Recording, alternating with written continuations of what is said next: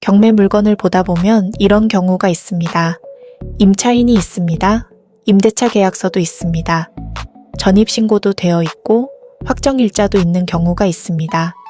그런데 막상 보증금이 실제로 오간 자료를 확인하려고 하면 흐름이 잘 보이지 않습니다. 계좌이체 내역이 없거나 현금으로 줬다고만 주장하거나 보증금 출처가 불분명하거나 계약서상 금액과 실제 돈의 흐름이 맞지 않는 경우가 있습니다. 이럴 때 많은 초보자분들이 헷갈립니다. 계약서가 있으니까 진짜 임차인 아닌가요? 전입신고도 되어 있는데 보증금 흐름까지 봐야 하나요? 현금으로 줬다고 하면 인정되는 것 아닌가요?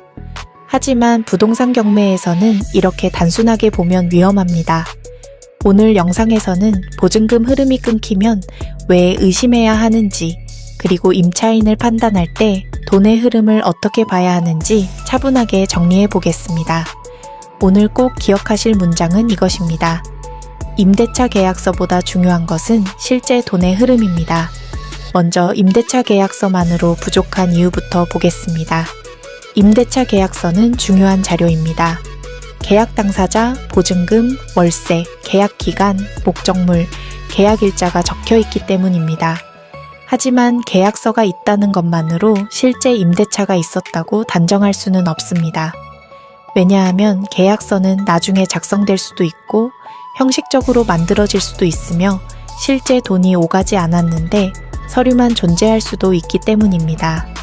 특히 경매에서는 임차인의 보증금이 배당과 연결됩니다.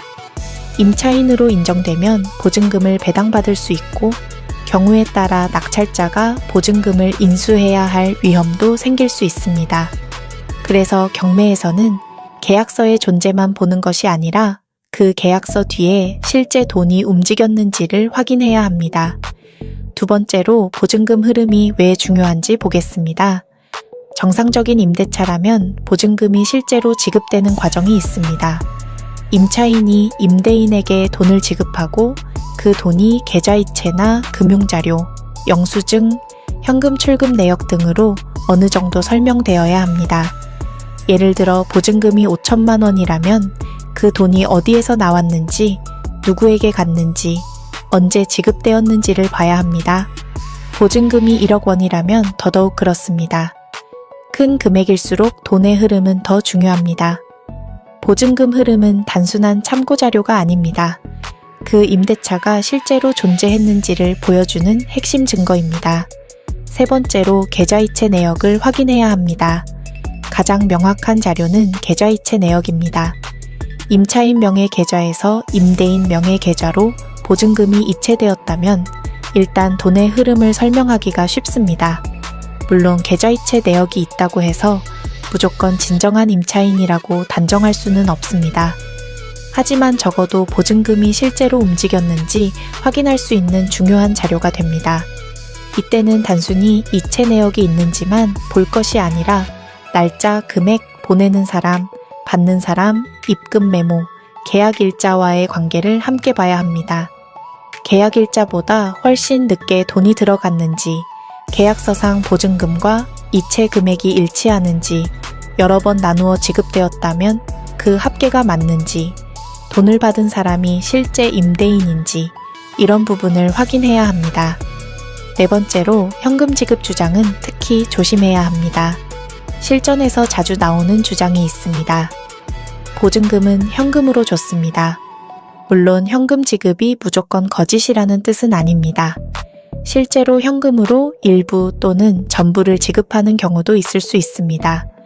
하지만 수천만 원 또는 수억 원의 보증금을 현금으로 지급했다고 주장하면서 그 현금이 어디에서 나왔는지, 언제 출금했는지, 누구에게 전달했는지, 영수증은 있는지 설명하지 못한다면 의심이 커질 수밖에 없습니다. 현금 지급 주장이 나오면 최소한 몇 가지를 확인해야 합니다. 현금 출금 내역이 있는가? 출금 시점이 계약 시점과 맞는가? 출금 금액이 보증금과 맞는가?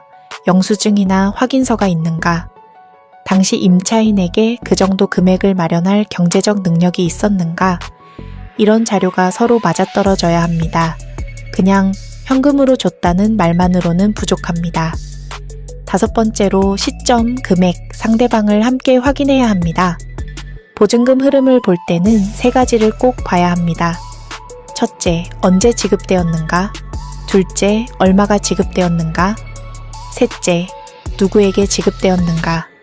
계약서상 계약일은 오래전인데 보증금 지급은 경매 직전에 이루어졌다면 의심해 볼 수 있습니다. 계약서상 보증금은 1억 원인데 실제 이체 자료는 일부 금액만 확인된다면 나머지 금액은 어떻게 지급되었는지 봐야 합니다. 또 임대인이 아닌 다른 사람에게 돈이 지급되었다면 그 이유와 관계도 확인해야 합니다. 보증금 흐름은 단순히 돈이 움직였는지만 보는 것이 아닙니다. 그 돈의 시점, 금액, 상대방이 계약 내용과 자연스럽게 연결되는지를 보는 것입니다. 6번째로 보증금 흐름은 가장임차인 판단과 바로 연결됩니다. 가장임차인은 겉으로는 임차인처럼 보이지만 실제로는 정상적인 임대차 관계가 없거나 보증금이 실제로 오가지 않았거나 배당을 받기 위해 임차인처럼 꾸민 사람을 말합니다. 따라서 가장임차인을 의심할 때 가장 중요한 자료 중 하나가 바로 보증금 흐름입니다. 계약서가 있고 전입신고가 있고 확정일자가 있어도 보증금 흐름이 끊겨 있다면 임대차의 실질을 더 깊이 확인해야 합니다. 반대로 가족이나 지인 관계라 하더라도 보증금이 실제로 지급되었고 점유와 생활 흔적이 있으며 계약 경위가 자연스럽다면 진정한 임차인으로 볼 가능성도 있습니다. 결국 중요한 것은 형식이 아니라 실질입니다. 서류는 출발점이고 돈의 흐름은 실질을 보여주는 핵심 자료입니다. 초보자가 조심해야 할 실수도 있습니다. 첫 번째 실수는 계약서가 있으니 무조건 진짜 임차인이라고 믿는 것입니다.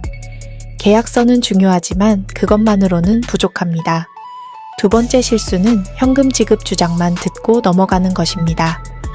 현금 지급은 가능하지만 그 출처와 전달 경위가 설명되어야 합니다. 세 번째 실수는 일부 이체 내역만 보고 전체 보증금이 지급되었다고 단정하는 것입니다. 계약서상 금액과 실제 지급 금액이 맞는지 반드시 확인해야 합니다. 정리해 보겠습니다. 보증금 흐름이 끊기면 왜 의심해야 할까요? 이유는 간단합니다. 보증금은 임대차의 실질을 보여주는 핵심 증거이기 때문입니다. 임대차 계약서가 있어도 전입신고가 있어도 확정일자가 있어도 실제 보증금이 오간 자료가 없다면 그 임대차의 실질은 다시 확인해야 합니다. 반드시 함께 확인해야 할 것이 있습니다. 계좌이체 내역이 있는가? 현금 지급이라면 출처가 설명되는가? 영수증이나 금융자료가 있는가? 계약일자와 지급 시점이 맞는가?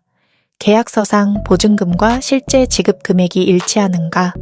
돈을 받은 사람이 실제 임대인인가? 이것들을 종합해서 봐야 합니다. 오늘의 핵심은 간단합니다. 임대차 계약서보다 중요한 것은 실제 돈의 흐름입니다. 의심은 출발점일 뿐 결론은 증거로 내려야 합니다. 부동산 경매는 싸게 사는 기술이 아니라 권리관계와 임차인 위험을 읽는 공부입니다. 보증금 흐름이 끊겨 있다면 그냥 넘기지 마십시오. 자료를 순서대로 확인하고 돈의 흐름으로 임대차의 실질을 판단해야 합니다. 도움이 되셨다면 구독과 좋아요 부탁드립니다. 궁금한 경매 주제나 헷갈리는 임차인 판단 기준이 있다면 댓글로 남겨주세요.